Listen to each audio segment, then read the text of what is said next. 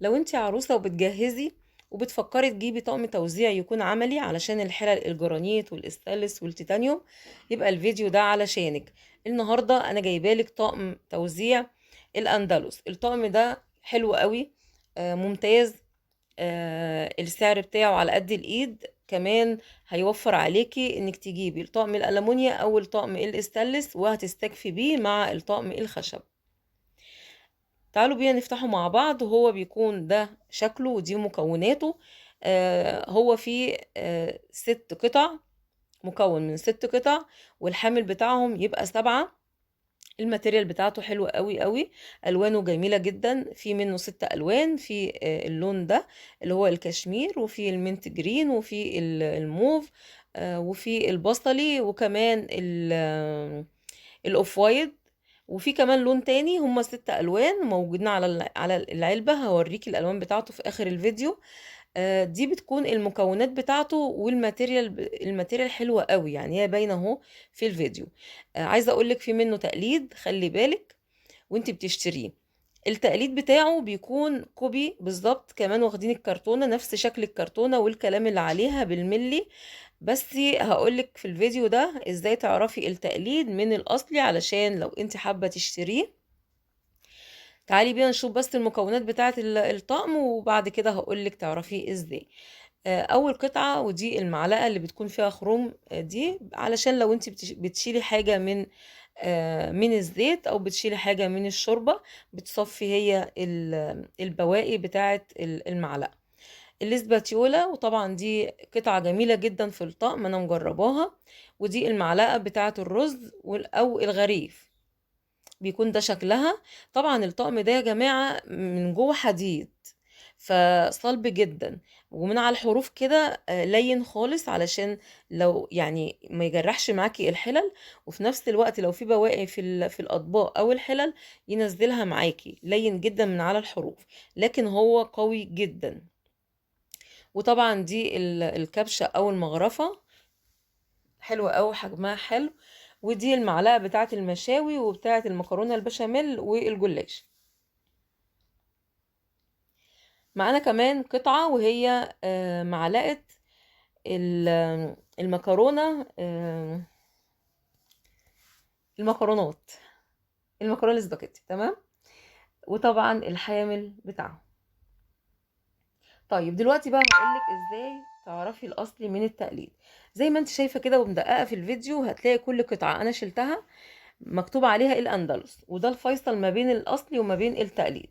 عند مسكة ايدك كده اهو، شايفة مكتوب الاندلس، كل قطعة في الطقم مكتوب عليها الاندلس بالانجليزي.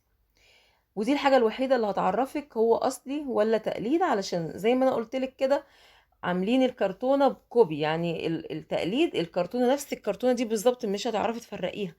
الحاجة الوحيدة اللي هتعرفي تفرقي ما بينه وبين الاصلي والتقليد، الكلمه بتاعت الاندلس. طبعا التقليد مش مكتوب عليه حاجه، بتلاقيه بنفس الكرتونه ونفس الشكل ونفس الالوان وكل حاجه، حتى كمان مقلدين الحامل بتاع الطقم، بس مش مكتوب عليه حاجه، ساده خالص كده، مش مكتوب عليه ولا حرف. تمام. كده عرفنا هنجيب الطقم ازاي، وازاي مش هنتغش فيه. الطقم ده بقى ممكن تستغني عنه في جهازك عن اي حاجة تانية، يعني هاتيه واستغني عن اي حاجة تانية. انتوا عارفين طبعا احنا كنا زمان بنجيب الكبشة والمقصوصة الألمونيا والمعلقة الكبيرة والحاجات دي علشان التقليب. وطبعا دلوقتي لسه موجود لغاية دلوقتي اللطقم اللي هي ستانلس، وطبعا يعني رقمها بيكون عالي او سعرها بيكون غالي قوي. طيب هنجيب الاستانلس وهنجيب الألمونيا، هنستعملهم بس في الاستانلس، في الحلل الاستانلس والحلل الألمونيا بس. مش هنعرف نستعملهم في الحلل الجرانيت، ومفيش عروسة دلوقتي بتخش من غير حلل جرانيت، لازم يكون في جهازها جرانيت وتيفال. كمان ممكن تيتانيوم، ممكن يعني اللي هو تيفال زهران، وكل الحلل دي يعني كل الانواع اللي هي بتتجرح. فلو انت جبتي الاستانلس هتجرحي الحلل دي كلها وهتتبهدل منك. فانا بصراحه انا مش هجيبه، انا لغيته خالص، وناس كتير قوي لغت الاستانلس ده، واستكفينا بالسيليكون. فانت لو هتجيبي حبيبه قلبي اسمعي، يعني خدي نصيحتي واسمعيها، بلاش تجيبي الاستانلس خالص، وهاتي السيليكون. السيليكون صلب وحلو، هيقلب معاكي في كل الحلل. يعني هتستعمليه مش بس في الجرانيت والتيتانيوم والسيراميك وكل الحلل الغالية، لا ده انت هتستعمليه كمان في الصاج وفي الألمونيا، وهتستعمليه كمان في الحلل الستانلس ستيل. ف ليه هنجيب التاني وهيبقى زحمة وكركبة على الفاضي وصوته مزعج؟ فنصيحة مني، هاتي الطقم ده وهاتي معاه الطقم اللي هو الخشب اللي بيكون بالحامل بتاعه برضو. يبقى انت كده عندك طقمين، واحد سيليكون وواحد خشب. الخشب برضو هتستعمليه في الجرانيت، وهتستعمليه في كل الحلل الغالية اللي ممكن تتقشر منك عشان تحافظي عليها. وفي نفس الوقت هتقلبي برضو هتستعمليه في الألمونيا وفي الصوب. دلوقتي يا جماعة ما حدش بيجيب الاستانلس غير بس يعني ايه لما بيكون حد يعني مش واضح له الامر او مش فاهم. فبلاش تكلفوا نفسكم على الفاضي وتجيبوا حاجة تركنوها، والله ما حدش بيستعملها. دلوقتي معالق السيليكون كمان اللي بتكون فرط دي ما حدش بيقدر يستغنى عنها. فانت هتجيبي الطقم ده اللي هو بتاع الاندلس الكامل ده، وهتجيبي طقم بالحامل بتاعه يكون خشب، بس هاتي نوع يكون كويس، ما تكونش المعلقه بتاعته تخينه قوي، لا هاتي كده حاجه يعني تكون عمليه. وهتجيبي كمان المعالق اللي هي الفرط، الاسباتيولات الفرط. هتجيبي الاسباتيولا، وهتجيبي المعلقه اللي هي ستيليكون اللي بتكون فرداني، وهتجيبي كمان الفرشه بتاعه الزيت. اهم حاجه كل المعالق، وهتجيبي كمان السكينه اللي هي السيليكون علشان تقطعي بيها الحلويات او البسبوسه.